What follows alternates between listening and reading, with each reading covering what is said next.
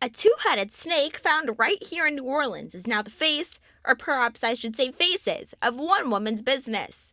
Go ahead with you bad selves. Tani grew up with a passion for animals. She knew she wanted to be an activist for local wildlife from the day she was born. She even had her first snake at 8 years old. Years later, and her snake collection is bigger than ever.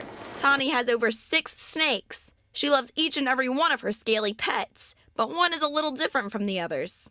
Meet Filet and Gumbo. Believe it or not, this little guy has 2 different brains, but this snake actually shares the same digestive system and respiratory system. This snake is a western rat snake. It's a common snake you can find in most areas in Louisiana, but it is rare to find a western rat snake with 2 heads. I'm like, is it alive? Because a lot of times they don't really make it out of the egg. Only about 1 in 10,000 snakes are born with more than 1 head.